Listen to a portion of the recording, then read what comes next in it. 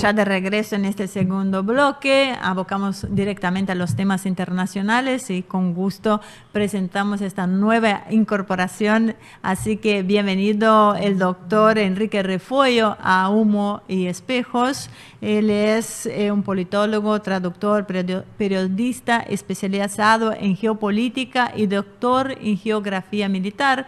Es español y está viviendo por una temporada en Moscú. Así que desde Moscú nos va a estar hablando sobre la interna de la Unión Europea, los conflictos ahí, OTAN-Rusia y un poco de lo que sucede en el mundo. Así que adelante, Enrique, muchísimas gracias por acompañarnos.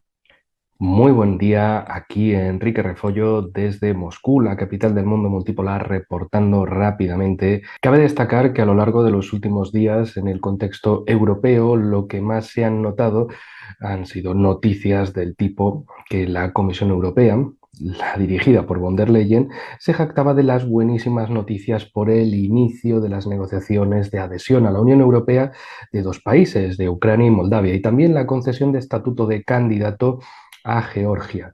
En el caso de los dos primeros, de Ucrania y Moldavia, representan ese intento desde la Unión Europea para mostrar que el club europeo, o como cuando se quieren poner melosos, dicen la familia europea, y que todo esto va a crecer, se van a unir dos nuevos miembros, pero bueno, en el caso de Ucrania tampoco es precisamente querido por sus vecinos de Polonia, Eslovaquia, Hungría y otros como también Rumanía.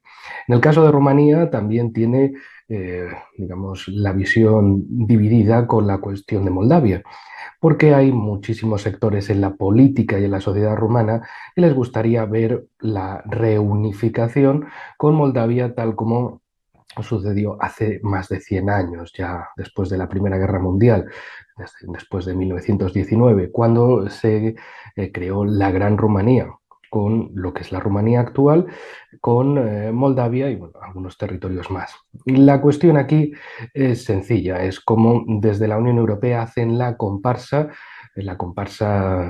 social y económica, sobre todo a Estados Unidos, que es quien se encarga de los movimientos militares. Sobre esto, precisamente, cabe destacar que en Moldavia, las maniobras militares siempre se realizan entre Estados Unidos y el exiguo ejército de Moldavia. Para que nos hagamos una idea de que sí, la Unión Europea pone las banderitas y los programas supuestamente económicos, pero quien pone la mano dura es Estados Unidos y quien busca instrumentalizar Moldavia de la misma manera que lo hizo con Ucrania, y ya vemos cómo ha sido la situación tras más de 2 años de terrible guerra y de un Estados Unidos, de un establishment demócrata que promete continuar con esa guerra a toda costa, porque al fin y al cabo se ha convertido en su guerra, en su prestigio personal del partido y en concreto de la administración Biden, y quieren o bien ganar o bien hacer un aterrizaje suave de cara a las elecciones de 2024. Por otro lado, también al norte, Estados Unidos y Finlandia firmaron recientemente un acuerdo de cooperación de defensa para supuestamente incrementar sus lazos militares dentro de la OTAN. Recordemos que Finlandia se unió en el último año a la OTAN, a la Alianza Norteamericana en Europa, y la cuestión, lo más importante aquí con el acuerdo entre Estados Unidos y Finlandia, es algo que desde luego llamó mucho la atención en Rusia, porque hablaban en ese acuerdo del despliegue de mucho tipo de armamento sin especificar cuál. La cuestión, claro, es qué tipo de armamento quieren establecer a lo largo de la frontera terrestre más larga de un país europeo con Rusia. ¿Van a establecer armamento nuclear? eh, ¿Qué tipo de cosas van a establecer? Lo que sí hablaban, desde luego, en el acuerdo era de elementos militares de tierra, mar y aire, y de contratistas, mercenarios, básicamente. Es decir, el escenario que ven desde Rusia es la instrumentalización, una vez más, de otro país europeo por parte de Estados Unidos para hacer su guerra proxy, su guerra por intermediarios. Y este último intermediario sería Finlandia, un país que parece que su gobierno quiere prestarse a este tipo de guerra intermediaria y ofrecer así su territorio, porque de hecho ofrece en el tratado 15 bases militares para diferentes propósitos del territorio finlandés para el uso exclusivo de Estados Unidos y de su aparataje militar. no solo el aparataje militar regular, sino también de los contratistas estadounidenses. Entonces, en definitiva, hasta aquí tenemos esta situación en Europa, que además el Consejo de la Unión Europea adoptó recientemente el 12º paquete de sanciones contra Rusia, esperando que a la 12ª vaya la vencida o algo parecido, pero siempre también nos encontramos con sanciones que en definitiva quieren decir que están atacando mucho a Rusia, pero por ejemplo con la cuestión tan destacada de los diamantes, sí, sancionan los diamantes de joyas, pero no los diamantes industriales. ¿Por qué será?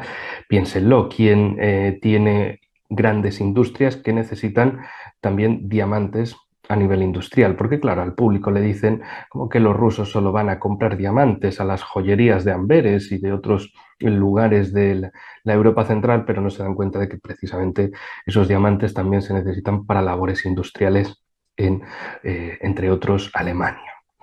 En definitiva, una situación caliente en Europa, donde tanto la Unión Europea como Estados Unidos lo que les promete una vez más al público europeo es una fácil victoria, que todo va a ir bien, pero desde luego nada va a ir bien, porque los datos económicos están ahí, las economías de los países europeos decrecen, mientras que es la estadounidense la que va creciendo, porque, y termino con esto, todos esos envíos últimos de ayudas militares a Ucrania, en realidad lo que hacen es engordar el complejo militar industrial de Estados Unidos. Es decir, dice, te voy a dar ayuda a Ucrania, pero como todavía no lo tengo, ese dinero se lo voy a dar a mi complejo militar industrial, que muchos de sus representantes se encontraron con Zelensky a principios de este mes, de diciembre, en Washington, y desde luego estaban tan felices porque gracias a ese proxy, a ese intermediario en Ucrania, el gobierno estadounidense estaba inyectando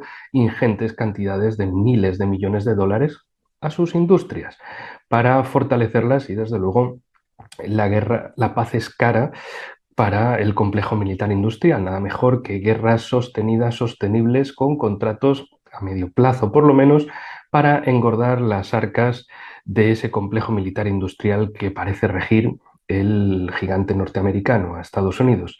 En fin, por aquí hasta ahora. Seguiremos la próxima semana. Un gran saludo a todos. 10 puntos, Enrique. La verdad, muchísimas gracias, muy contentos de tenerte acá, así que vamos a contar con tu presencia todas las semanas y bueno, atentos a todo lo que nos estás informando. Marce, ¿qué te pareció? Bien, interesante. No mencionaste, pero Refogio es la persona que traduce las obras de Dugin al español.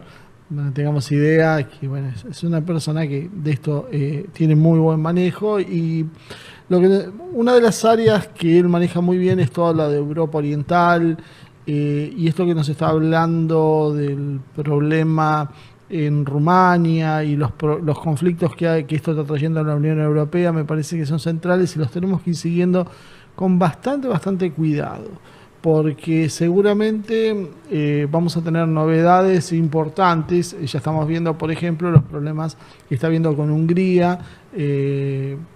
La Unión Europea les está intentando sacar el derecho a voto a Hungría porque está obstaculizando los planes para sancionar en general a Rusia, en términos generales, ¿no? Se ha opuesto a casi todas las políticas que ha aplicado Occidente contra Rusia, y bueno, esto tiene su costo.